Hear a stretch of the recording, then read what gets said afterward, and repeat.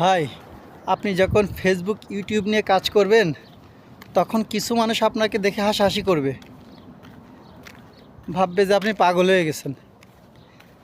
আসলে যারা হাসাহাসি করবে এরা হাসাহাসি করবেই সবসময়, আপনার ভালো মন্দ সবটাই।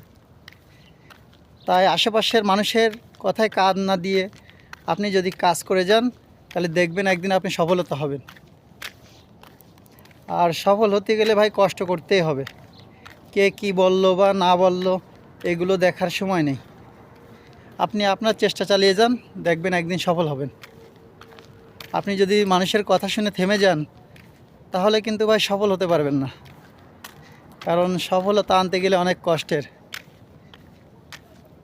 এই পেজ, ইউটিউব যারা কাজ করে, কন্টেন্ট ক্রিয়েটর, দেখেন এরা যখন শুরু করেছে এরা তখন দিন রাত এক করে ফেলিছে, আর তাদের এই কষ্টের পরিশ্রমের ফল তারা এখন পাচ্ছে।